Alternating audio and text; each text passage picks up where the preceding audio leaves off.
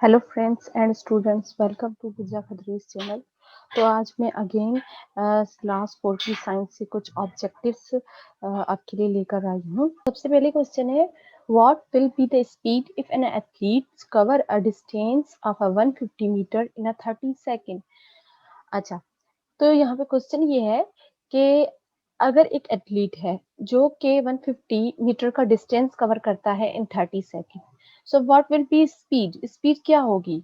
तो अगर आपको मालूम हो कि स्पीड जो है वो किसके इक्वल है, speed is equal to distance upon time.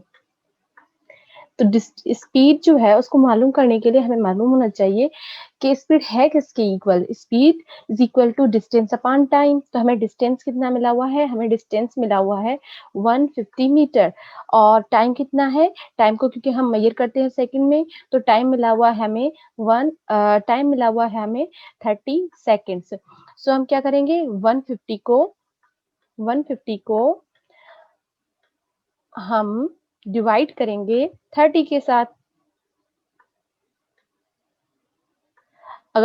अगर हम जीरो के साथ कैंसिल हो तो 15 को अगर हम 3 का टेबल लगाएं तो क्या लगेगा? 3 5 जा 15। सो इसीलिए हमारा आंसर जो बनेगा वो बनेगा 5। तो यहाँ पर आप देखें, आपके पास आंसर में जो बी है इसमें क्या लिखा हुआ है? 5। और मीटर पर सेकंड क्यों? क्योंकि डिस्टेंस को हम मेजर करते हैं मीटर्स में और टाइम को हम मेजर करते हैं सेकंड्स में, इसीलिए यहाँ पर हमारा आंसर बनेगा 5 मीटर पर second. Next question is that a hammer is an example of. Hammer किसका एग्जाम्पल है? Hammer is an example of lever. Hammer lever का एग्जाम्पल है, टाइप की मशीन है। Question number 3, a force can change all the following of an object accept.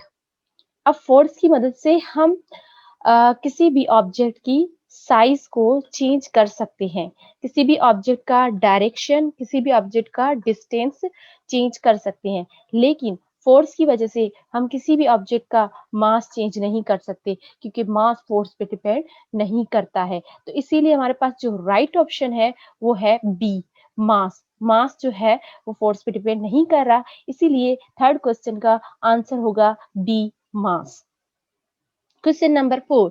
Plant trees along the roads to reduce the noise pollution as they absorb sound. Is it true or false?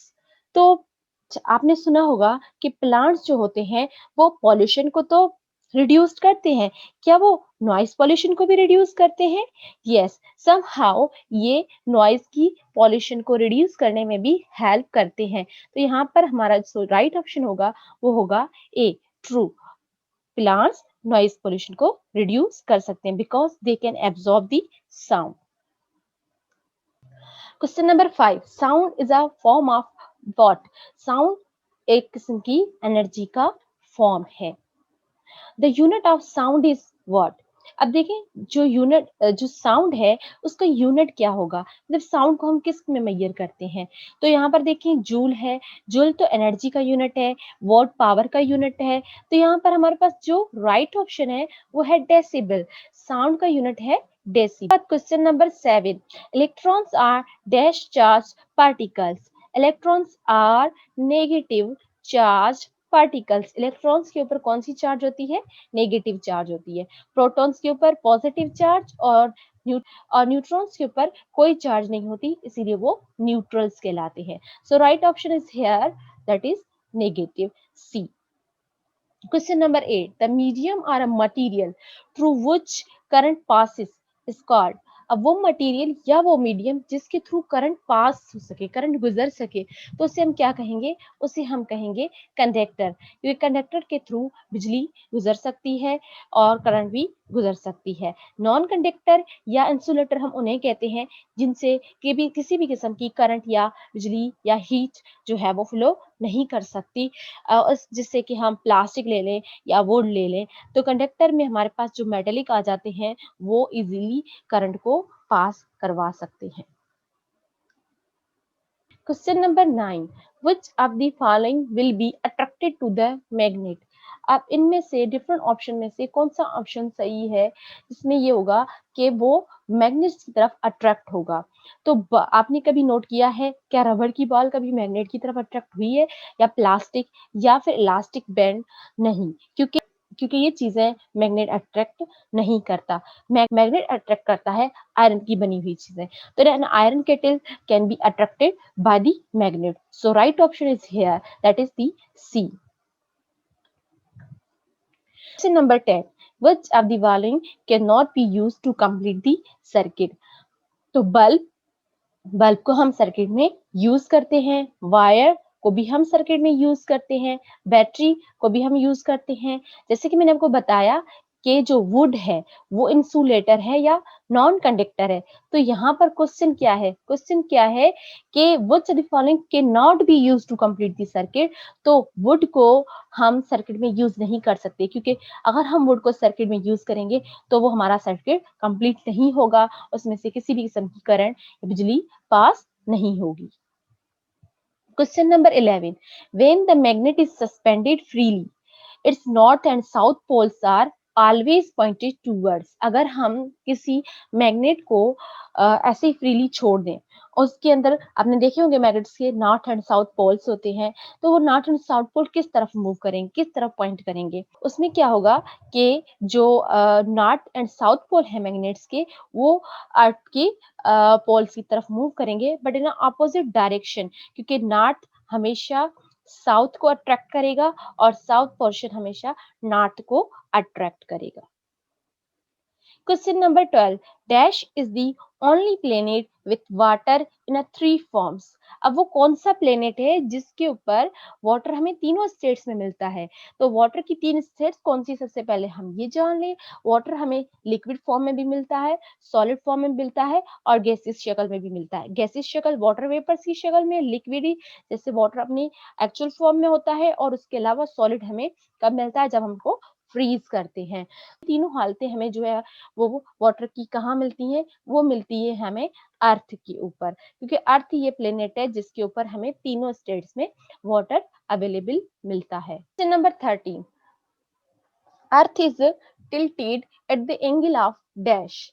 अब अर्थ जो है वो अपने orbit के अंदर थोड़ा सा झुका होता है, थोड़ा सा टिल्ट होता है, लेकिन किस एंगल के ऊपर? So it is tilted over 23.50 degree.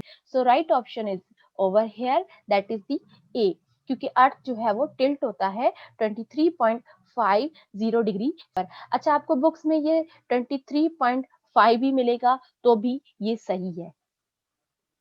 Question number 14. The orbit of the earth is an elongated circle is called. अर्थ जो है वो अपने ही ऑर्बिट के अंदर elongated सर्किल की फॉर्म में होता है, उसे क्या कहते हैं? उसे कहते हैं एलिप्स, क्योंकि ये एक किस्म की तिरछी बेजवी शक्ल को कहा जाता है। Question number 50. The Earth takes dash hours to rotate on its own axis. अच्छा, पहले तो ये पता होना चाहिए आपको कि अर्थ जो है वो क्या करता है, एक ऑर्बिट के अंदर, अर्थ अपने ही ऑर्बिट के अंदर rotate as well as revolution करता है। तो अगर अर्थ अपने ही एक्सिस के ऊपर रोटेट करे तो उसको रोटेट करने के लिए कितना टाइम लगता है? उसको रोटेट करने के लिए 24 अर्थ की इस रोटेशन की वजह से दिन और रात बनते हैं। Number 16. The earth takes dash to revolve around the sun. मैंने आपको बताया कि अर्थ जो है वो सन के इर्द गिर्द रिवॉल्व करता है, उसकी रेवोल्यूशन कंप्लीट होती है, एज वेल एज अर्थ जो है वो अपने खुद की एक्सिस पे भी रोटेट करता है, जिसको रोटेट करने के लिए 24 आवर्स लगते हैं।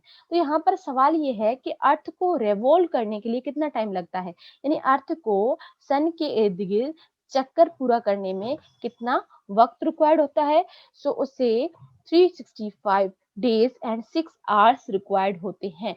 So right option is here, that is the D. इसको 365 दिन और 6 घंटे लगते हैं अपना एक चक्कर पूरा करने के लिए, और इसी चक्कर के दौरान क्या होता है, इसी चक्कर के दौरान हमारा एक साल कंप्लीट होता है।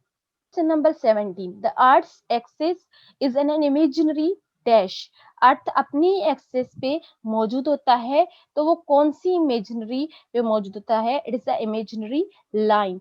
सो right option is here, that is the ए, कि अर्थ की जो एक्सिस होती है उसके अंदर हम एक इमेजिनरी लाइन फोकस करते हैं। So right option is over here, that is the A. Question number 18, the body of the birds is covered with dash. जो बर्ड्स होते हैं उनकी बॉडी कवर्ड होती है फीदर्स के साथ। Question number 19, which one of the following is not an example of mammals? इनमें से कौन से मैमल्स नहीं हैं? तो अगर आप देखें केट, बियर, डॉल्फिन, तो ये तीनों के तीनों मैमल्स हैं, लेकिन न्यूट्स जो है ये मैमल नहीं है, क्योंकि न्यूट्स जो है वो एम्फीबियंस में आती है, जिसमें फ्रॉग्स आते हैं। Question number 20, leeches is an example of an invertebrate. क्या लिचिस जो है वो इनवर्टिब्रेट का एग्जाम्पल है? Of course it is an example of invertebrate. So right option is here, that is the B, true. Leeches जो है वो एक पैरासाइट है, एक वर्म है, और ये वर्म पैरासाइटिक इन नेचर होता है। ये क्या करता है, ये वर्टिब्रेट जो है इनका होस्ट होता है और उनके ऊपर ये ब्लड सक करते हैं, इसीलिए लिचिस को एक्टोपैरासाइट भी कहा जाता है। सो आज हमने कुछ और एमसीक्यूज डिस्कस किए। लास्ट वाले जो एमसीक्यूज हैं, ये एमसीक्यूज 5 क्लास की साइंस के हैं, जो आपको नजर आ रहे हैं। इसके जल्द ही मैं 5 क्लास की जो एमसीक्यूज हैं वो भी यहाँ पर शेयर करूंगी।